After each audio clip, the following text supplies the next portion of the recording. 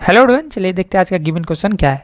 If RS 17,000 is distributed among the A B and C then such that A से B का ratio आपको दिया जा रहा है, बी से सी का रेशियो दिया जा रहा है, then find the share of A का शेयर क्या होगा। आपसे बी का भी पूछ सकता है, सी का भी पूछ सकता है।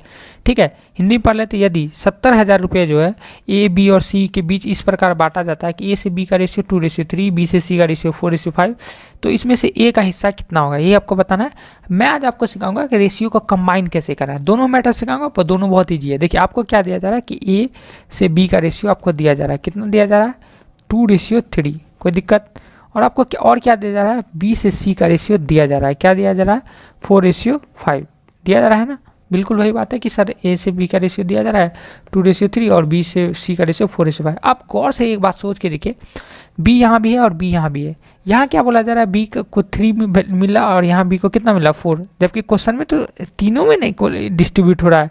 तो आप यहाँ पे कहीं और यहाँ पे कुछ और वैल्यू कैसे हो सकता है, बी का वैल्यू यहाँ पे 3 जबकि यहाँ के बी का वैल्यू क्या हो रहा है यहाँ पे, जबकि बी का वैल्यू 4 हो जाता है। ऐसा तो कभी हो नहीं सकता।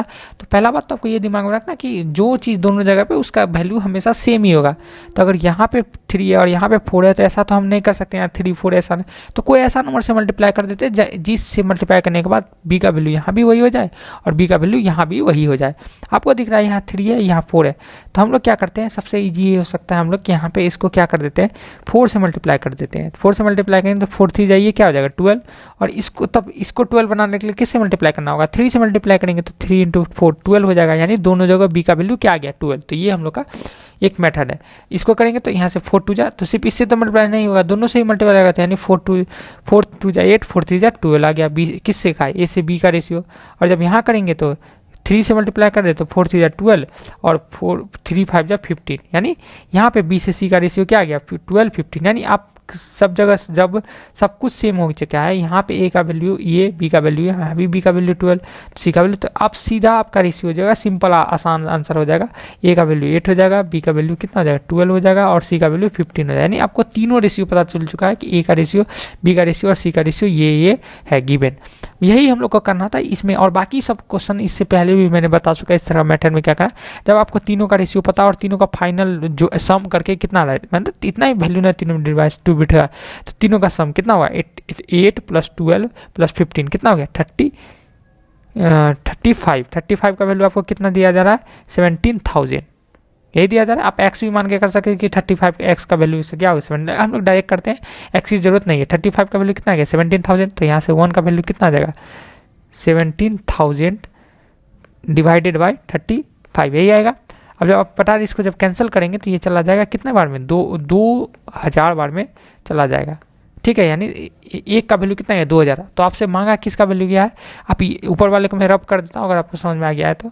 आपको आपसे किसकी वैल्यू मांगेगी, आपसे मांगेगी किसका वैल्यू बी का वैल्यू, तो बी किसका वैल्यू मांगा गया ए का वैल्यू, तो ए है कितना रेशियो के हिसाब से 8, ए कितना है 8, तो 8 का वैल्यू पता करना होगा। जबकि आपको पता है 1 का वैल्यू कितना है 2000, तो 8 का वैल्यू कितना हो जाएगा 8 × 2000 यानी 16,000 इसका आंसर हो जाएगा। और आपको कौन से ऑप्शन में दिख रहा है 16,000, ऑप्शन नंबर ए इसका सिंपल आंसर हो जाएगा।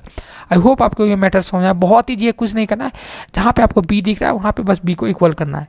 एक ये तो है सोच के करने वाला, एक और मैं मेथड बता रहा हूँ जहाँ पे आप बहुत ज़्यादा अगर पजल हो जाए तो उसको भी इस्तेमाल करते हैं। देखिए ये वाला प्रोसेस सबके लिए सेम आएगा, लेकिन इसको लाना कैसे ये वो हम लोग अभी करके मैं आपको दिखाता हूं।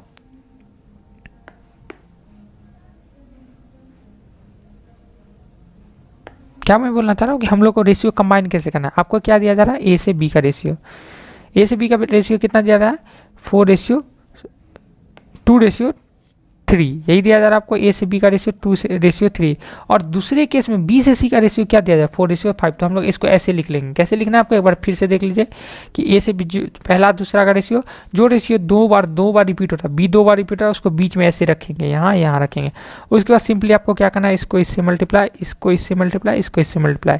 जब इसको करेंगे 2 4 जा 8, इसको इससे करेंगे 4 3 जा 12, 5 3 जा 15 आ गया डायरेक्ट रेशियो आ गया ना। ये मैं आपको सिखाता था, इसको कैसे करना है, इसको इससे मल्टीप्लाई, इसको इससे मल्टीप्लाई और इसको इससे मल्टीप्लाई। 4 2 जा 8, 3 4 जा 12, 3 5 जा 15। अब जब आप इसको ऐड करेंगे तो आपको देख सकते हैं इसको ऐड करने के बाद भी कितना आ रहा है 35 ही आ रहा है। 35 का वैल्यू कितना हो जाएगा 17,000, यहाँ से 1 का वैल्यू कितना आ जाएगा 2000, और फिर से आपको किसका वैल्यू चाहिए, आपको चाहिए ए। यहाँ पे आपको पता चलेगा ये ए है, ये बी है, ये सी है। आपसे ए का वैल्यू मांगा था, ए क्या है 8 इंटू 2000 16,000 इसका सिंपल आंसर हो जाएगा। आपसे अगर बी का वैल्यू पूछता तो 12 इंटू 2000 24,000, सी का वैल्यू पूछता 15 इंटू 2000 30,000 इसका आंसर होगा। आई होप आपको वीडियो अच्छा लगा, कॉन्सेप्ट भी समझ में आया तो वीडियो को लाइक कर ले और चैनल को सब्सक्राइब जरूर कर ले ताकि ऐसा वीडियो आपको लगातार मिलता रहे। Thanks for watching.